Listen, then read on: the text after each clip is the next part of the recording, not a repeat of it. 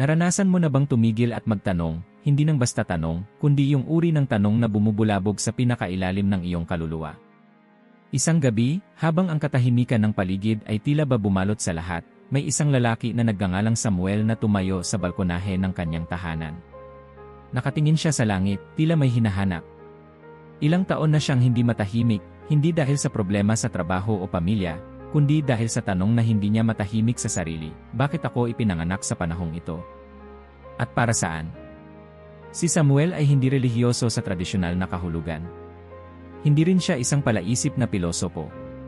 Isa lang siyang ordinaryong tao, isang guro sa pampublikong paaralan, may 2 anak at isang asawang mahilig sa hardin. Pero gabing iyon, habang nakatingin siya sa malamlam na bituin, parang may pumasok na bulong sa kanyang puso, wala sa iyo ang sagot. Pero may dahilan kung bakit ka naririto. At dapat mo iyang tuklasin. Hindi aksidente ang buhay mo, kaibigan. Ikaw ang bumabasa nito.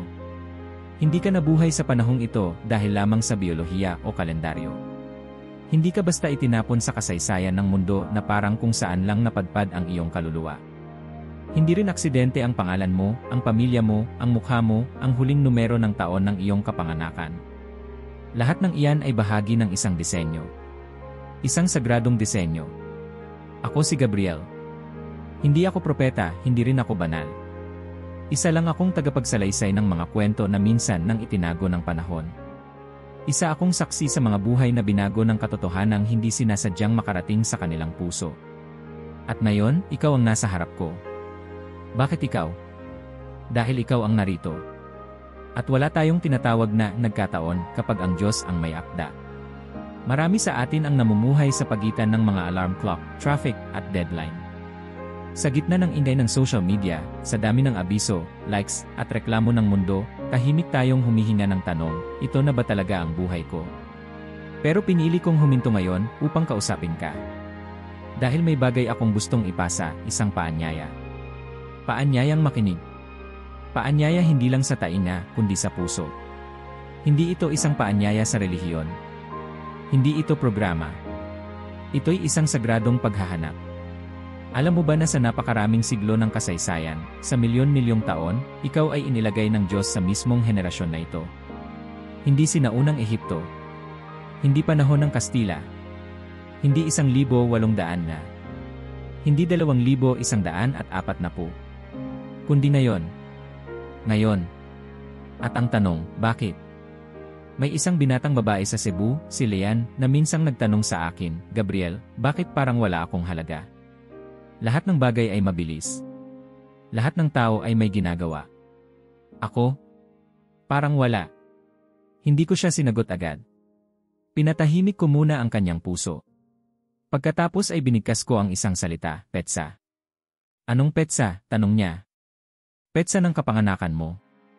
June 13, 1973. Tingnan mo ang huling numero. 3. Tumango ako. Ang 3 yan, kaibigan, ay hindi lang numero. Baka may mensahe yan. At kung makikinig ka, baka marinig mo ang dahilan ng Diyos. Umiyak si Leanne. Hindi dahil sa sagot ko, dahil sa tanong na bigla niyang tinanggap. At dito nagsimula ang kanyang paggising. Kaibigan, nais kong sabihin sa iyo ngayon, may dahilan ang iyong taon ng kapanganakan. Hindi lang buwan, hindi lang araw, kundi mismong huling numero. At hindi ito numerolohiya. Hindi ito pamahiin. Ito'y pagtingin sa mundo sa mata ng pananampalataya. Tanungin mo sarili mo, bakit ako ipinanganak noong taong ito? Hindi ang taon ng mga sikat. Hindi ang panahon ng giyera o ng kasaganaan. Kundi yung taon na taglay ang numerong iyon sa dulo, na ngayon ay tatawagin natin bilang iyong sagradong digit. Maliit ito. Parang walang halaga. Pero kung minsan, ang pinakamalalalim na katotohanan ay nakatago sa mga detalyeng hindi natin pinapansin. Isang beses, habang naglalakad ako sa Antipolo, may matandang lalaki na lumapit sa akin. Hawak niya ang lumang identification card. Tinanong niya ako, anong silbi pa ng taong ipinanganak 1930? Ako, yon. Tumingin ako sa kanya. Tinanong ko, sa tingin mo ba tapos ka na? Ano pa nga ba? Sagot niya. Matanda na ako. Wala na akong silbi. Umiti ako. Pero hindi pa rin tinapos ng Diyos ang hininga mo. Hindi siya nakasagot. Tumulo ang luha sa mata niya. Doon niya naintindihan, habang buhay ka, may layunin ka. At habang may layunin ka, ang huling digit mo ay may mensaheng naghihintay na marinig. Kung sasamahan mo ako sa mga susunod na yugto, ipapakita ko sa iyo kung paano ang bawat huling numero, mula 0 hanggang 9, ay maaaring magsilbing paalala at patnubay sa kung sino ka at kung bakit ka narito. Hindi ito hula. Ito ay pagninilay. Dahil tulad ng sinabi ni Nia Lewis, walang mga ordinaryong tao. Hindi ka kailanman nakikipag-usap sa isang mortal. Kaya't simula ngayon, hayaan mong tanggalin natin ang tabing ng karaniwan. Iangat natin ang ating paningin at subukang tanungin ang tanong na iniiwasan ng marami. Panginoon, bakit ako ipinanganak sa taon kung kailan ako ipinanganak? At marahil, kaibigan, sa paghahanap na ito, masusumpungan mo hindi lang ang sagot, kundi ang mismong Diyos na matagal ka nang inaanyayahang makinig.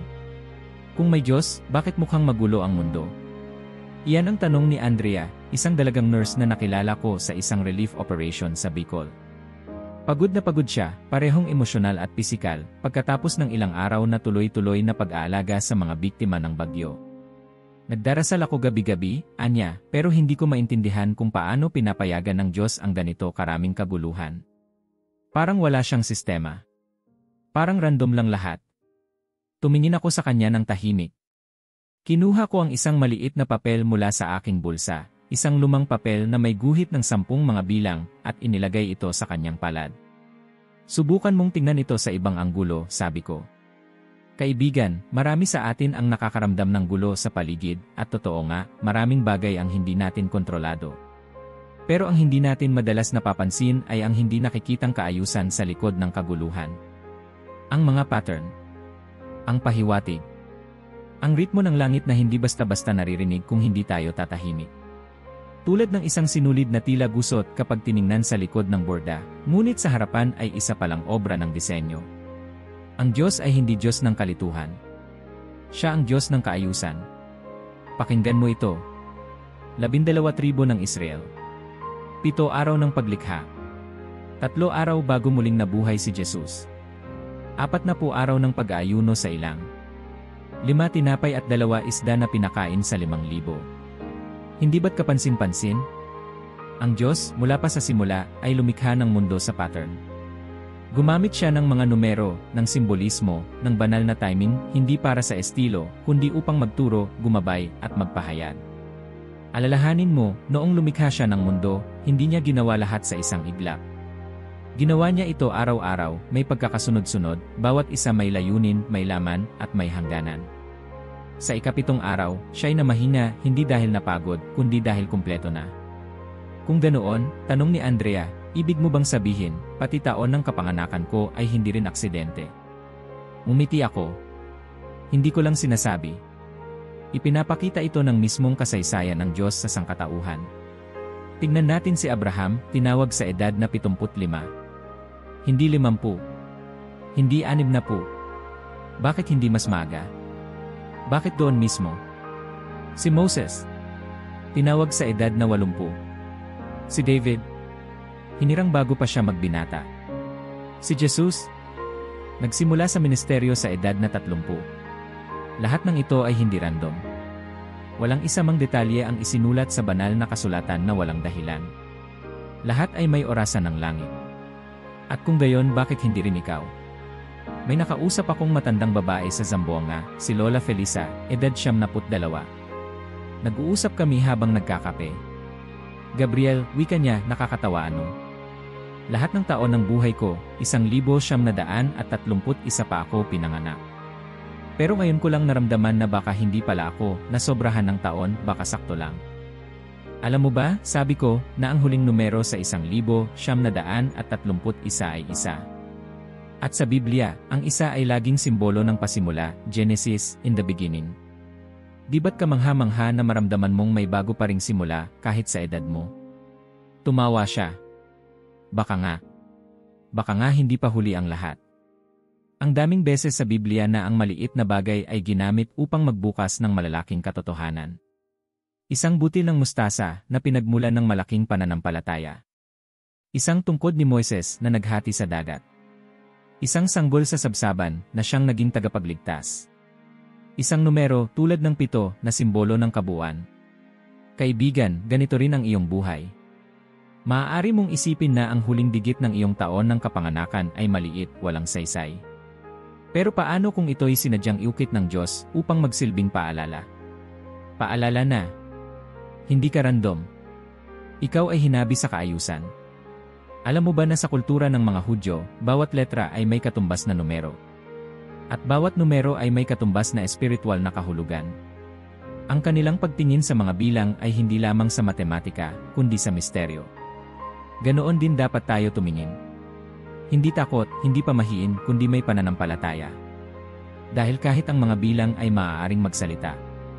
Bakit mo sa tingin mo nararamdaman minsan na may signs ka na tila may ibig sabihin, pero hindi mo maipaliwanag?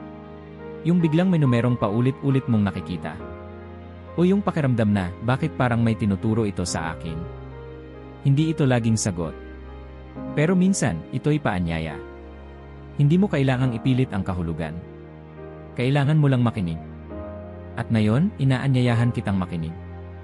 Dahil kung totoo na ang Diyos ay Diyos ng kaayusan, hindi niya palalampasin ang araw ng iyong kapanganakan ng walang layunin.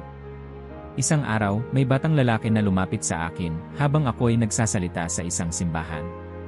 Kuya Gabriel, sabi niya, totoo po ba na lahat ng bagay ay may purpose? Sagot ko, kahit po ako. Ikaw pa, sabi ko. Ano bang year ka pinanganak? 2015 po.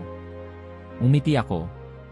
Ang huling digit ay 5. Sa susunod na kabanata, pag-uusapan natin yan. Pero sa ngayon, gusto kong malaman mo, kung may Diyos na kayang lumikha ng milyong bituin at pangalanan ang bawat isa, paano pa kaya ang isang batang tulad mo? Akala mo ba palalampasin niya ang taon mo? Tahimik siyang tumango.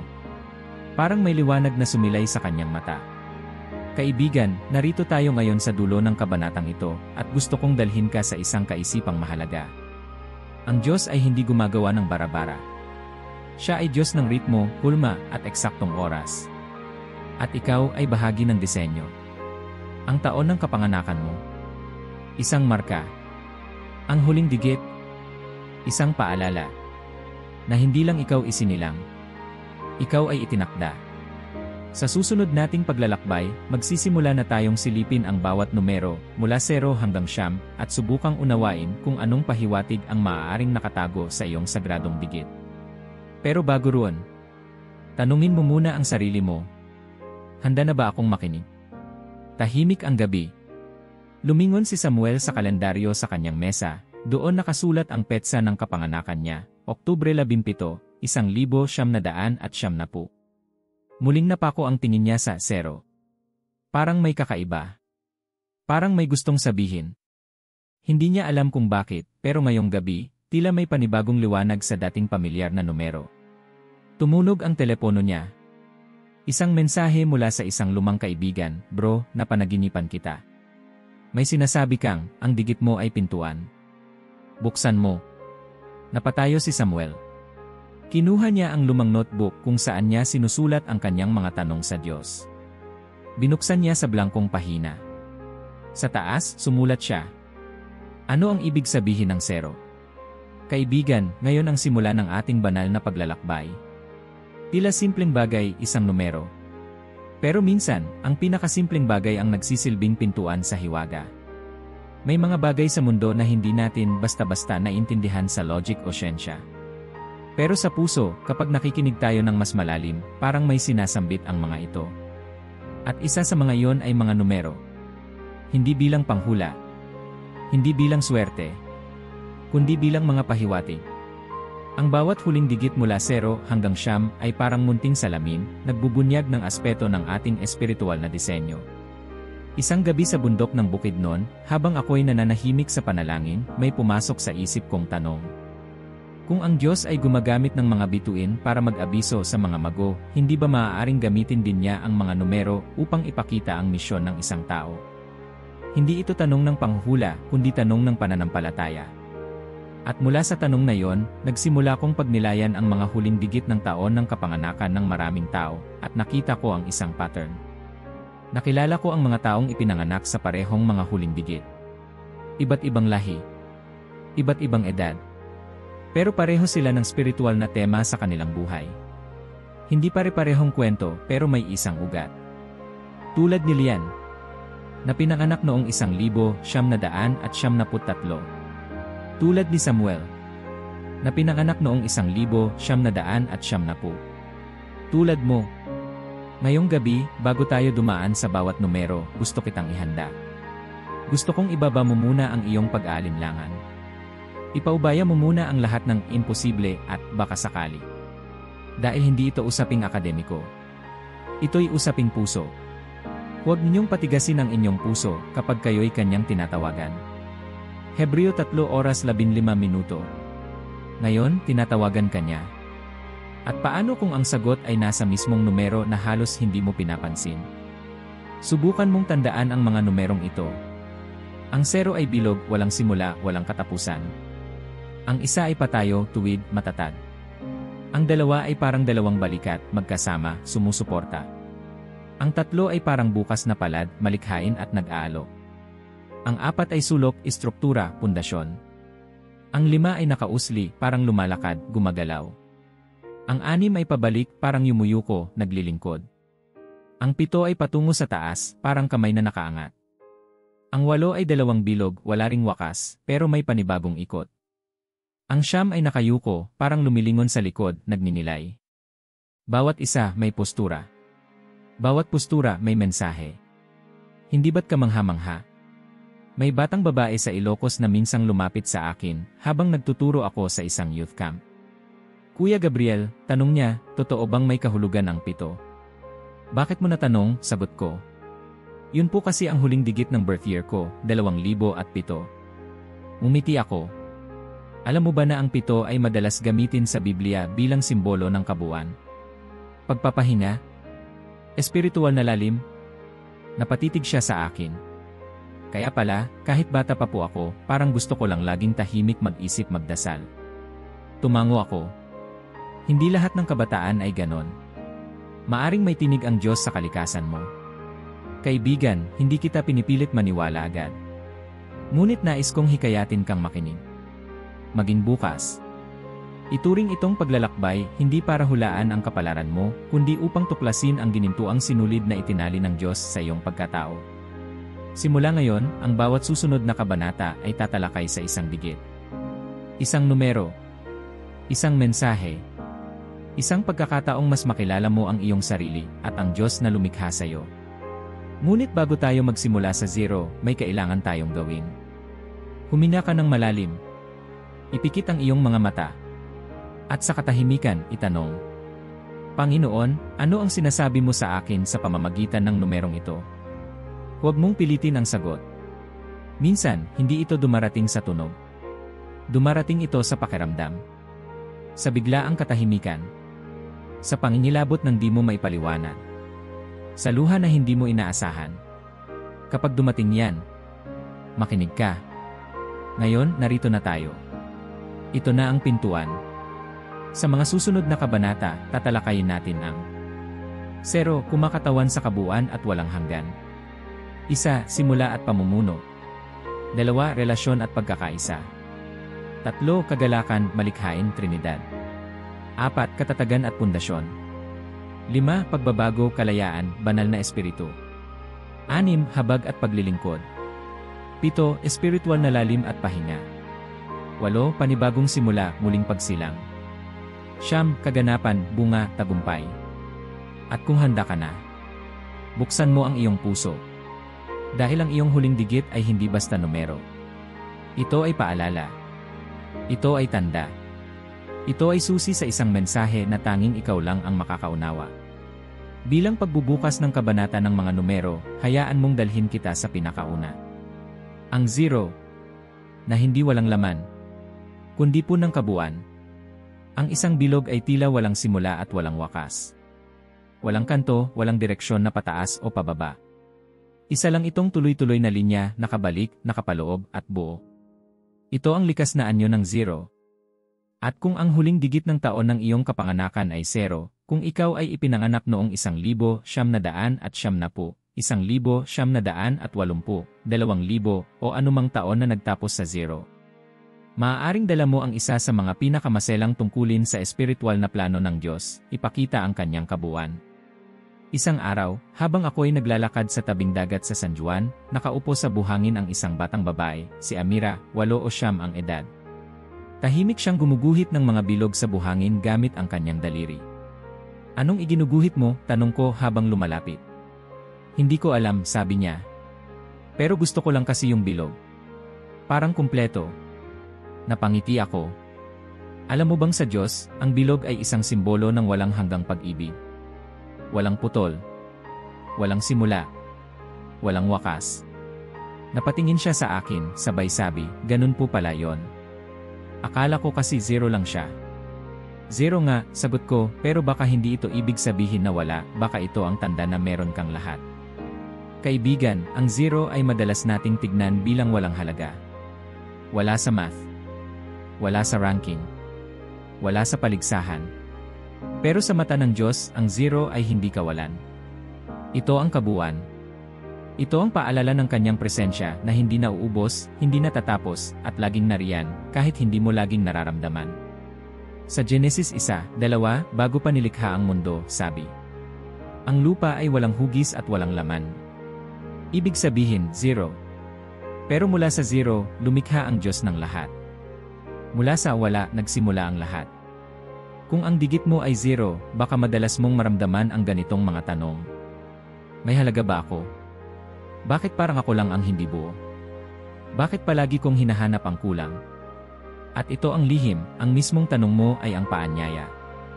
Ang kakulangan na nararamdaman mo ay hindi kahinaan, ito ang pintuan sa kabuuan. Hindi ka ipinanganak para sa pagkawatak-watak. Ipinanganak ka upang magdala ng pagkakabuo. Sa pamilya mo, sa mga kaibigan mo, sa mga puwang kung saan may lamat, ikaw ang dumarating para sabihin, "Hindi pa tapos ang kwento. May pag-asa pa." Nakatira noon si Samuel sa isang bahay na walang pader sa likod. Gawa lang sa yero, ang likod ay laging binabaha tuwing tag-ulan. Isa siyang guro, pero sa puso niya, pakiramdam niya ay sirang tao. Laging may kulang. Laging may hindi maintindihan sa sarili. "Parang hindi ko alam kung saan ako babalik," sabi niya sa akin. Sinabi ko, "Baka dahil tinatawag kang maging pader ng ibang tao." Pero bago yon, kailangan mong alalahanin, buka na. "Paano ko malalaman?" tanong niya. "Tingnan mo ang digit mo. 1,990. 0, bulong ko.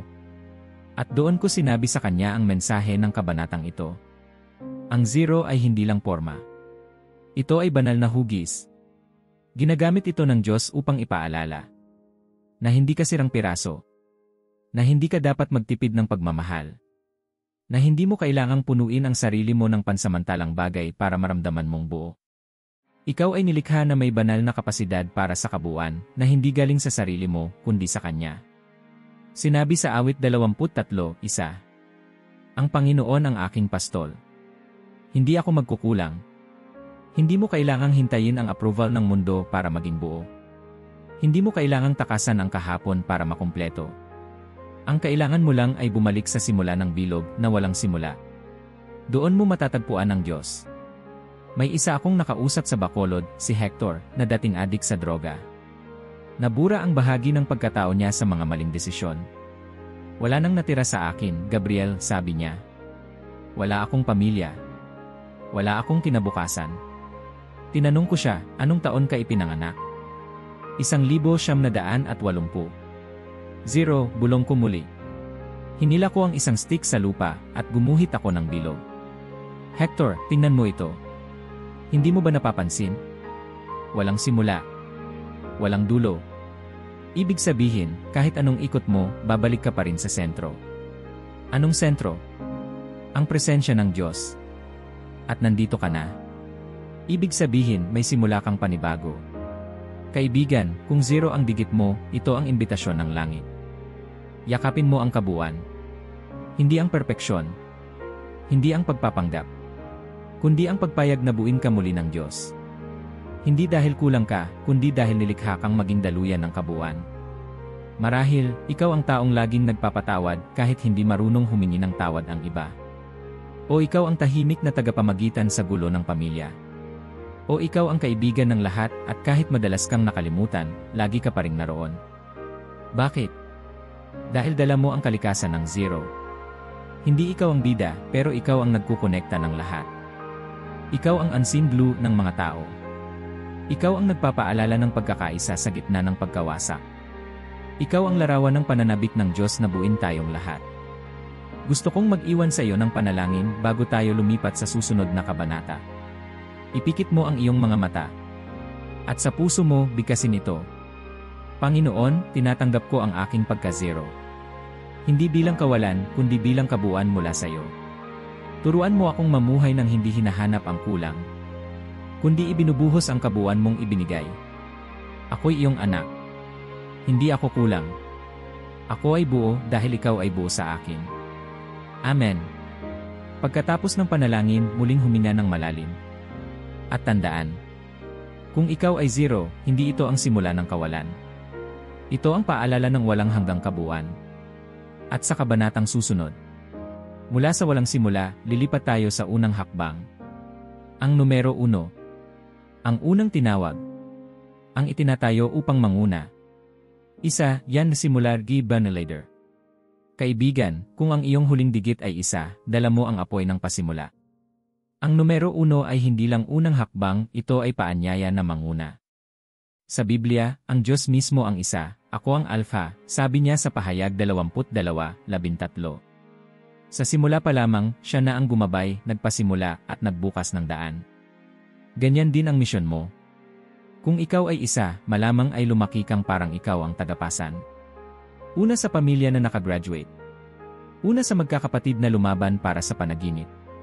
Una sa barkada na tumindig para sa tama. Minsan nakakapagod, totoo. Pero ito rin ang tawag sa iyo, trailblazer. Isang araw, may nakilala akong babaeng pastor sa Dumaguete, si Pastora Elen. Ipinanganak siya noong 1971. Hindi ko alam kung bakit lagi akong nauuna, sabi niya. Ako unang nag-volunteer. Ako unang umiyak. Ako unang lumaban. Ako unang nabigo. Tiningnan ko siya. Baka hindi mo lang nauunawaan na dahil ikaw ang una, ikaw ang daan. At napangiti siya. Kasi totoo, ang pagiging una ay hindi laging gantimpala. Minsan ito'y pasanin. Pero kaibigan, kung ito ang digit mo, tandaan mong hindi ka iniwan ng Diyos sa unahan. Siya ang kasama mo sa harapan. Panalangin. Panginoon, bigyan mo ako ng tapang upang tanggapin ang pagiging tagapanguna. Gamitin mo ang aking mga unang hakbang bilang gabay para sa iba. Gawin mo akong leader na may puso, hindi para sa sarili, kundi para sa iyo. Amen. 2. Tagapagkasundo Eli Katuwang. Kung ang iyong digit ay 2, ikaw ay nilikha para sa relasyon. Sa Biblia, sinabi ng Diyos, hindi mabuti na ang tao ay nag-iisa. Kaya nilikha si Eva. Kaya isinugo ni Jesus ang mga alagad na 2. Ikaw ay tulay. 2 pampang, ikaw ang pagitan. Hindi laging bida, pero ikaw ang nagpapalambot ng puso. Si Marco, isang guidance counselor mula sa Bataan, ang galing sa pagkukumpuni ng relasyon. Ako yung tinatawagan kapag may gulo, sabi niya. Pero wala akong pakpak. Napapagod din ako. Hindi mo kailangang may pakpak, sagot ko. Ang tulay ay hindi lumilipad. Pero siya ang dahilan kung bakit may nakakatawid. Ikaw ang may kakayahang makinig, magpatawad, at muling buuin ang mga sirang koneksyon. Kung ang mundo ay laging naghahati, ikaw ang tinatawag upang pagtagpuin. Panalangin. Diyos ng kapayapaan, gamitin mo ako bilang tulay ng pagkakasundo. Bigyan mo ako ng puso na handang makinig at diwang hindi madaling mapagod sa pagmamahal. Naway ang bawat relasyon na madaanan ko ay mas maging buo dahil sa iyo. Amen. 3. Kagalakan, pagkakatatlo, Iri Trinidad. Ang tatlo ay banal. Ama, Anak at Espiritu Santo. Isang Diyos, 3 persona. Kumpleto. Buo. Umaapaw. Kung ikaw ay 3, malamang ay may likas kang kagalakan. Hindi ka palaging masaya, pero sa gitna ng luha, kaya mong ngumiti. Tulad ni Joy, isang mananayaw sa Quezon City, ipinanganak noong 1973. Ang weird, sabi niya, kasi kahit may problema, parang laging may sigla sa akin na hindi ko maipaliwanag. Sabi ko sa kanya, hindi mo kailangan ipaliwanag. Baka kaloob yan, regalo ng numero mo. Kung ikaw ay 3, malamang ay malikhain ka rin, masining, masalita, mapagkwento, mapagbigay. Ikaw ay nagpapalaganap ng liwanag. Sa isang madilim na kwarto, ang ilaw ay hindi kailangan magsalita, nararamdaman lang. Ganyan ka. Panalangin. Banal na Diyos, punuin mo ako ng iyong kagalakan. Gamitin mo ang aking buhay bilang awit ng pag-asa. Naway ang mga salita, kilos, at presensya ko ay maging paalala ng iyong kabutihan. Amen. 4. Yan yung pundasyon ili katatagan. Kung ang huling digit mo ay 4, ikaw ang haligi. Sa Biblia, may 4 na sulok ang altar. 4 na hangin. 4 na tagapagdala ng paralitiko kay Jesus. Palaging simbolo ng katatagan ng 4. Hindi ka laging pansinin. Pero ikaw ang pinakakinakapitan. Si Nestor, isang lolo mula sa Isabela, ang haligi ng pamilya. Lahat sila sa akin lumalapit, ani niya, pero minsan sino ang lalapitan ko? Ang mga pundasyon ay nakatago sa ilalim ng bahay, sabi ko. Tahimik. Pero kung wala ka, lahat babagsak. Kung ikaw ay 4, pinili kang maging matibay. Pero pinapaalalahanan ka rin ng Diyos, pumapasan ka, pero hindi ikaw ang Diyos. Ako. Magpahinga rin. Magtiwala. Hindi kailangang hawakan ang lahat ng bagay para manatili itong buo. Panalangin. Diyos na matatag, salamat sa pagtitiwala mo sa akin bilang sandigan ng iba. Bigyan mo ako ng lakas, hindi lamang sa katawan, kundi sa loob. Turuan mo rin akong sumandal sa iyo, sapagkat ikaw ang tunay kong pundasyon. Amen. 5. Kalayaan ili pagbabago. Ang bilang 5 ay sumasagisag sa banal na espiritu at ang araw ng Pentecosts. Ito ay apoy, kilos, hangin, pagbabago. Kung ikaw ay 5, malamang ay hindi ka makontento sa nakasanayan. Ikaw ang nagtatanong ng si paano kung. Ikaw ang unang sumubok, unang bumaliktad, unang tumalon. Isang kabataang babae na nagngangalang Mika ang nagsabi sa akin, bakit ganon? Hindi ko kaya ang paulit-ulit. Parang may naghahanap sa akin ng bago. Sabi ko, baka hindi ka takot magbago kasi nilikha kang maging katalista ng pagbabago. Pero ang panganib sa 5 ay kawalan ng ugat. Kaya tandaan, pwede kang umikot, pero dapat laging may sentro. Ikaw ay parang apoy, nakakapaso o nakakapag-init, depende sa kung paano mo ito dadalhin. Panalangin. Espiritu ng Diyos, gabayan mo ang aking paglalakbay. Gawin mo akong instrumento ng pagbabago, hindi para sa gulo, kundi para sa paggising. Tulungan mo akong lumipad ng may direksyon, at bumalik sa iyo bilang aking sentro. Amen.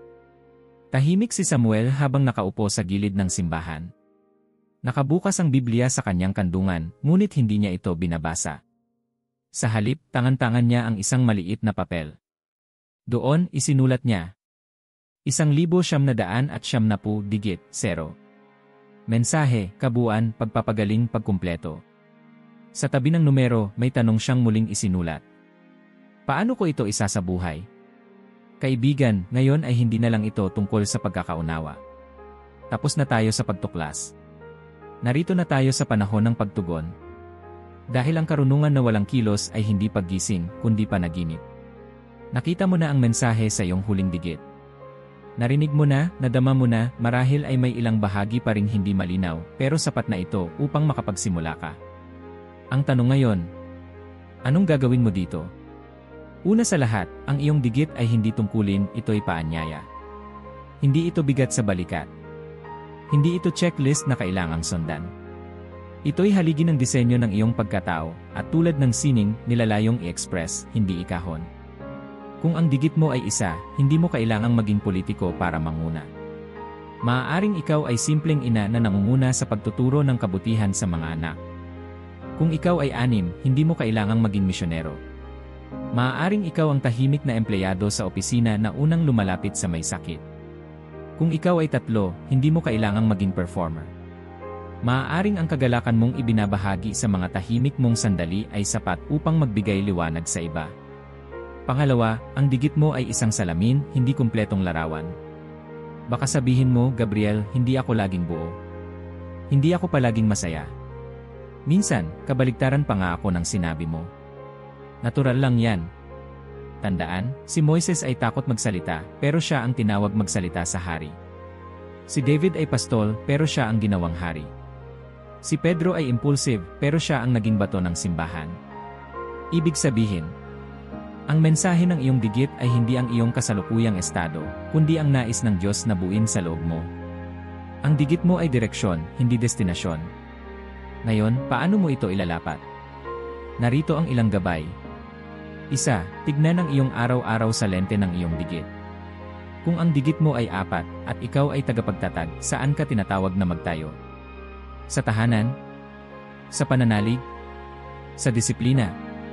Kung ikaw ay 9, ang tagapagdala ng bunga, anong bunga ng espiritu ang tila pinakakailangan sa iyong paligid ngayon? Simulan mong tanungin hindi lang anong dapat kong gawin, kundi paano ako magiging sinasabi ng digit ko sa ganitong sitwasyon. 2. Isulat. Tuwing linggo, i-journal mo. Lahat tayo ay mabilis makalimot. Kaya't ugaliing isulat. Paano ko naranasan ang mensahe ng aking digit ngayong linggo? Kailan ako nakaramdam ng lalim, koneksyon, o panawagan? May pagkakataon ba akong tinawag ng Diyos, ngunit hindi ko pinansin? Ang pagsusulat ay hindi para lang sa alaala, ito ay pagninilay. 3. Manalangin ayon sa mensahe ng iyong digit. Kung ikaw ay 2, araw-araw mong ipanalangin ang pagkakasundo sa mga taong nahihirapan kang mahalin. Kung ikaw ay 7, humingi ng espiritual na lalim, hindi lang panlabas na tagumpay. Ang panalangin ay hindi para pilitin ang Diyos, kundi upang tutukan ang puso sa kung anong nais niyang linangin sa iyo. 4. Tanggapin na may panahon ng pagsibol. Hindi lahat ng bulaklak ay sabay-sabay na mumulaklak. Ang iba'y inaantay ang ulan.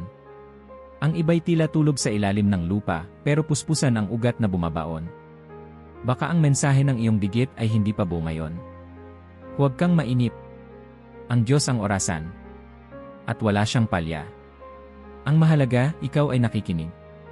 At handang kumilos, kahit isang hakbang lang sa bawat araw. May lumapit sa akin minsan, si Clarice, isang dali. Ipinanganak siya noong 1982.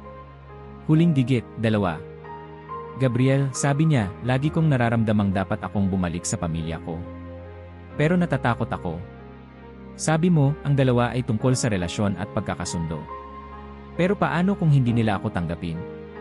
Tinitigan ko siya at tahimik na sinabi. Hindi mo kailangang ayusin ang lahat. Ang tungkulin mo ay magsimula. Minsan ang pagkakasundo ay nagsisimula sa unang yakap, hindi sa kumpletong paliwanag.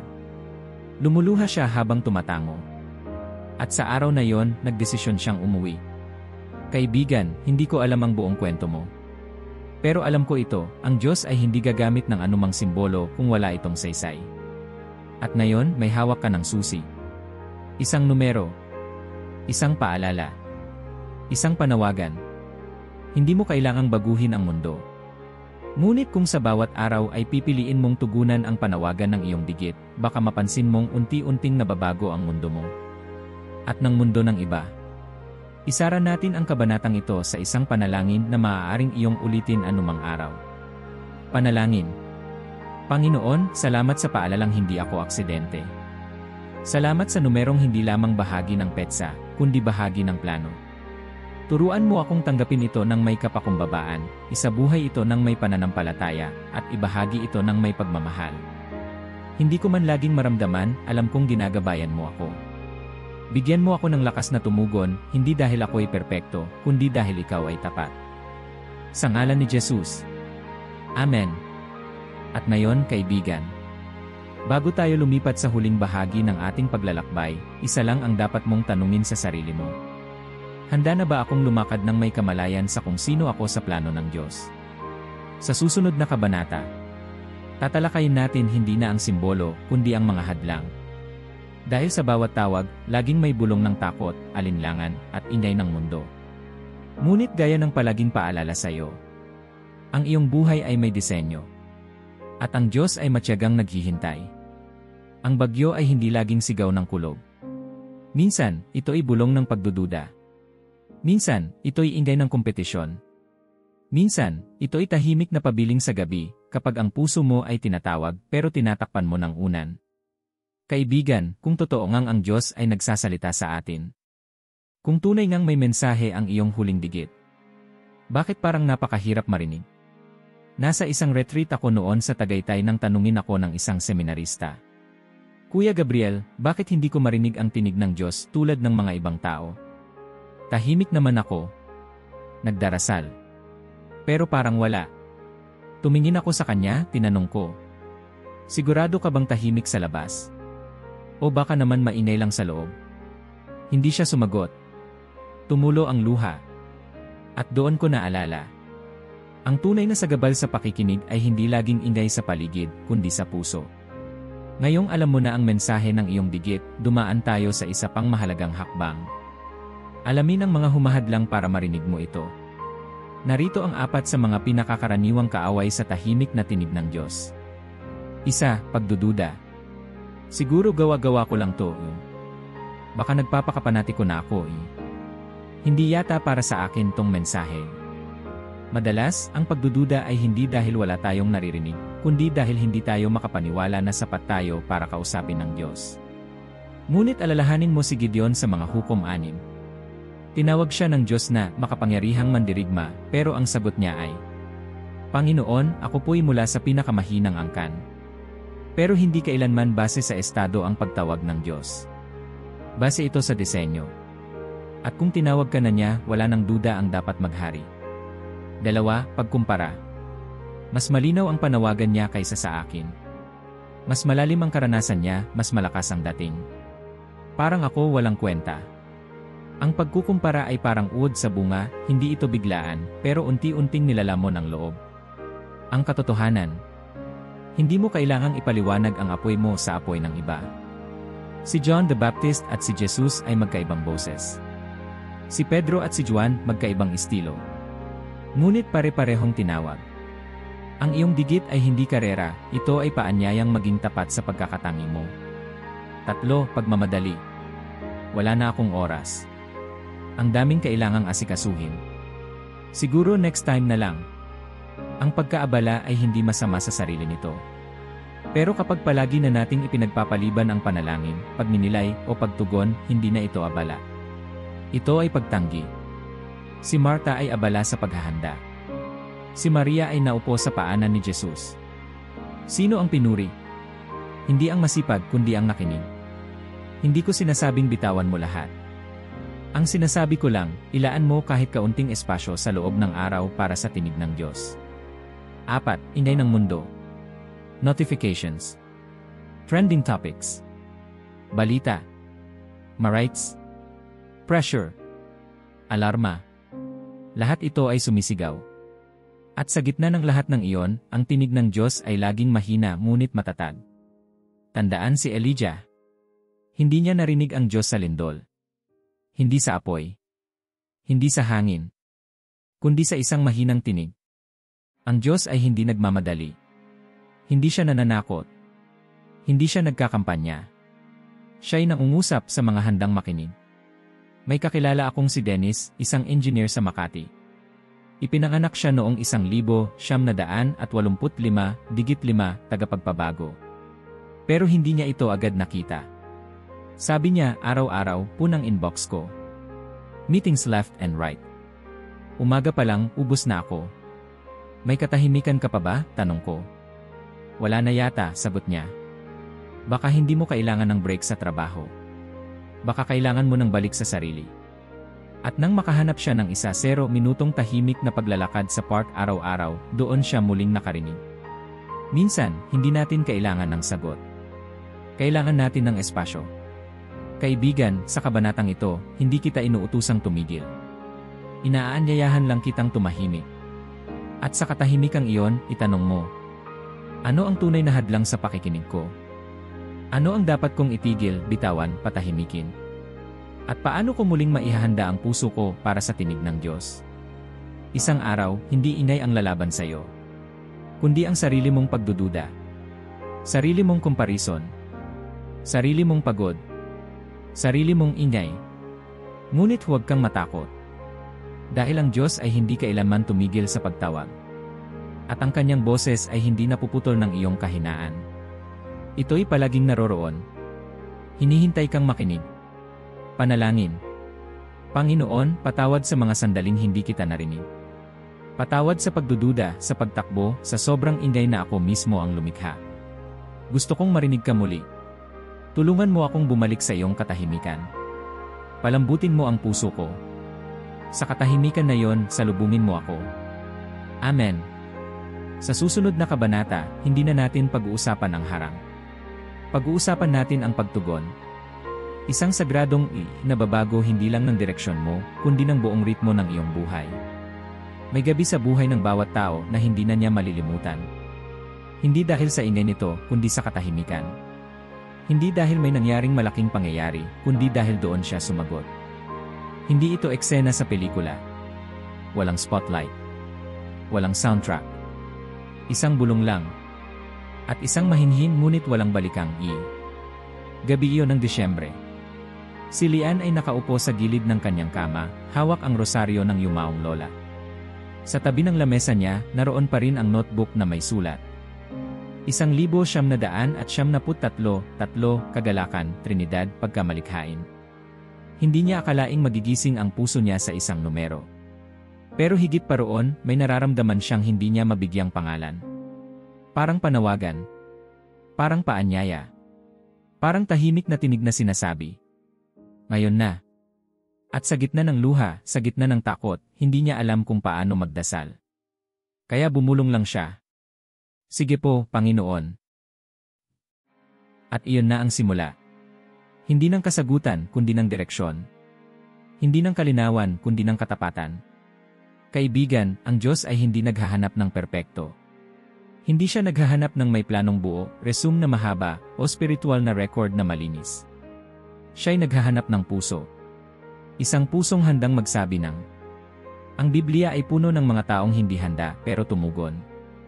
Si Maria, isang dalagang kabado pero nagsabing, mangyari sa akin ayon sa iyong salita. Si Moises, isang lalaking may mabigat na dila pero nagsabing, narito ako. Si Isaias, isang propetang maruming labi pero nagsabing, narito ako, Panginoon. Isugo mo ako. Wala sa kanila ang nagsabing, handa na ako. Lahat sila ay nagsabing, narito ako. At marahil, iyon lang din ang hinihintay mula sa iyo. Hindi mo kailangang maintindihan ang buong plano. Hindi mo kailangang siguruhin ang bawat hakbang. Ang hinihingi lang sa iyo ay ang una.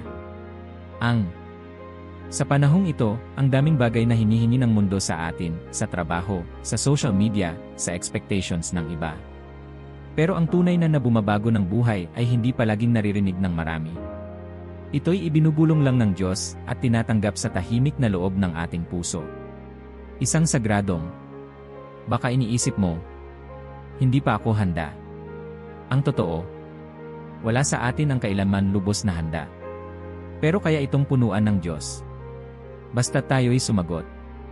Katulad ng isang butil ng binhi na ibinabaon sa lupa, hindi niya alam ang buong proseso ng paglago. Hindi niya kontrolado ang panahon ng ulan, init o sikat ng araw. Ang tungkulin lang niya ay tumanggap sa lupa. At hayaang ang Diyos ang magpausbong. Ganon din ang mo. Minsan, hindi ito dramatic. Minsan, ito'y isang bulong habang naglalakad ka pauwi. Minsan, ito'y isang pagbitiw ng dating pangarap para tanggapin ang bagong panawagan. Minsan, ito'y pagtawag sa matagal mo nang hindi kinausap. Minsan, ito'y paglapit muli sa simbahan. Pero palagi ito ay isang simula. Kaibigan, ngayong kilala mo na ang iyong isagradong bigeti. Ngayong nakinig ka na, nakita mo na, pinagnilayan mo na. Handa ka na bang tumugon? Hindi ko alam kung ano ang mangyayari sa pagtugon mo. Hindi ko alam kung saan ka dadalhin. Hindi ko alam kung anong landas ang bubuksan. Pero ito ang alam ko. Walang sinuman ang nagsabi ng sa Diyos at nagsisi. May lalaki akong nakilala, si Arnel, 49 anyos, dating kontraktor. Sobrang tagal niyang iniiwasan ang panawagan sa paglilingkod. Pero sa loob-loob niya, alam niya, hindi pera, hindi proyekto, kundi tao, puso, at pananampalataya ang talagang nais niyang buuin. Isang araw, sa isang tahimik na misa, habang binabanggit ang inarito ako, Panginoon. Napapikit siya at doon lang niya nasabi. Ngayon, isa na siyang full-time lay minister. Hindi perpekto. Hindi mayaman. Pero buo. At kung tatanungin mo siya kung kailan nagsimula ang lahat. Hindi noong nag-resign siya. kundi noong sinabi niya ang kanyang. Ngayon, ikaw naman. Walang pipilit sa'yo. Ang paanyaya ng Diyos ay hindi sigaw, kundi paghaplos. Hindi puwersa, kundi imbitasyon. Pero ngayong alam mo na. Ngayong gising na ang espiritu mo. Ngayong naramdaman mo na ang tawag. Handa ka na bang tumugon? Hindi ko hihilingin sa iyong magbago agad. Hindi ko hihilingin sa iyong umalis sa trabaho o sumali agad sa ministeryo. Ang hihilingin ko lang ay ito. Sa iyong tahimik na lugar ngayon, sabihin mo ito. Panalangin.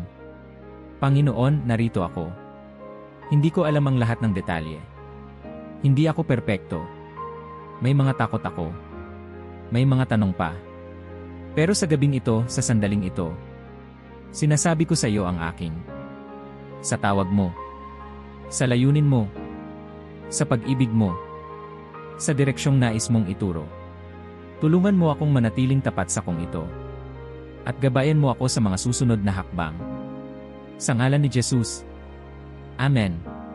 At ngayon, tahimik. Pero may bago. May gumalaw.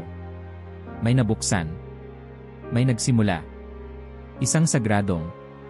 Isang simula ng panibagong kwento.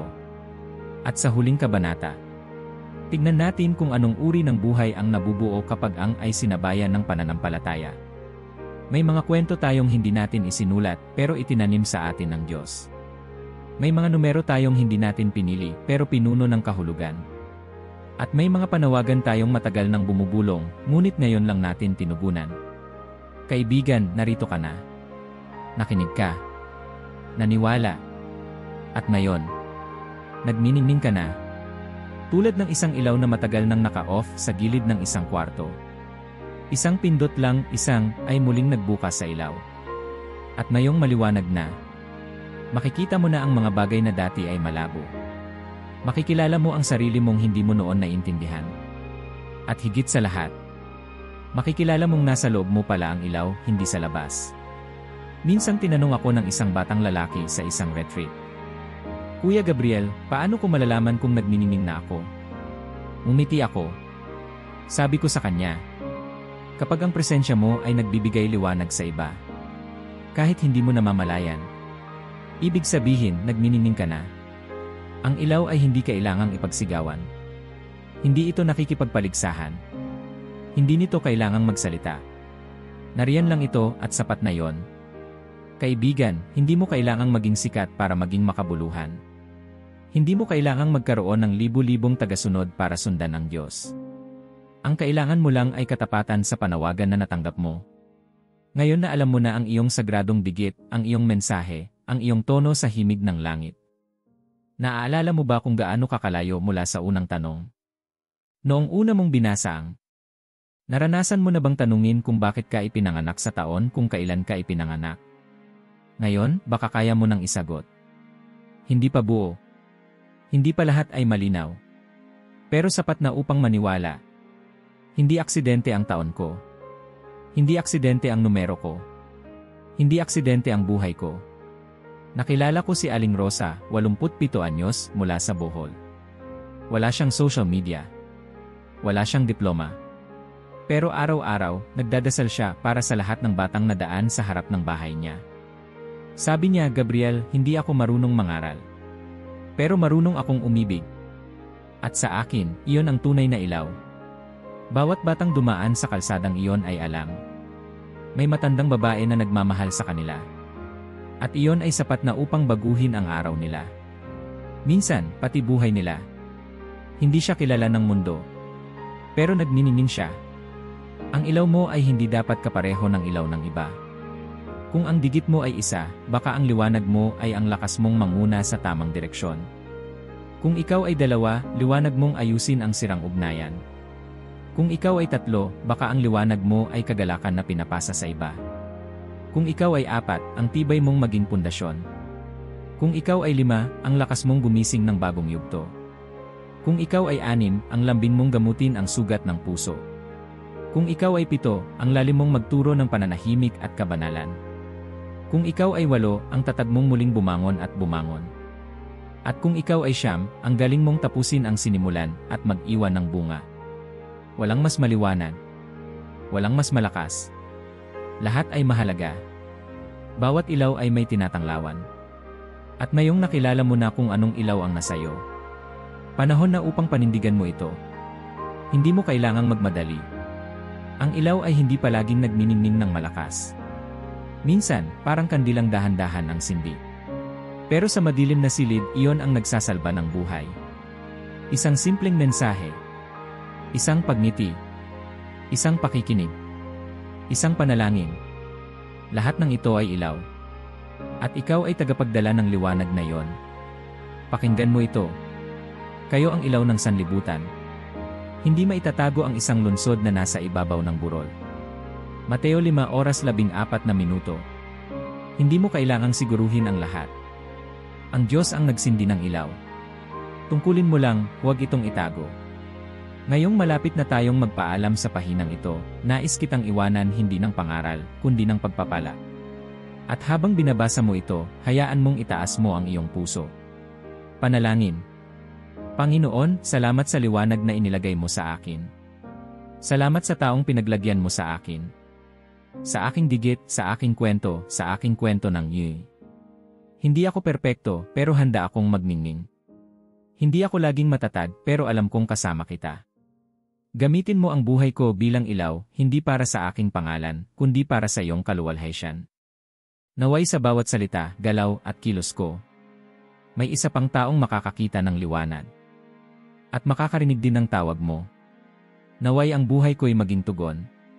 Naway ang kwento ko'y maging awit. Naway ang pagkatao ko'y maging tanglaw. Sa ngalan ni Jesus. Amen. Kaibigan, nag-umpisa tayo sa tanong. Ngayon, nagtatapos tayo sa sagot. At ang sagot ay simple, pero makapangyarihan. Narito ako. Sa iyong digit. Sa iyong taon. Sa iyong panahon. Naway maging buhay na nagniningning ang kwento mo. Hindi sapagkat ikaw ay sikat. Kundi sapagkat ikaw ay tapat. Hindi sapagkat ikaw ay malakas. Kundi sapagkat ikaw ay sumagot. At tandaan mo, sa bawat hakbang mula rito, hindi ka kailanman naglakad mag-isa. Hindi kailanman sumiklab ang ilaw mo ng walang dahilan. At hindi kailanman naging ordinaryo ang kwento mo. Dahil sa simula pa lang, nakatala na ito sa langit. At ngayon, ikaw na ang magsusulat ng kasunod. At sa wakas, tumigil na rin ito sa pagtingin sa Kanya.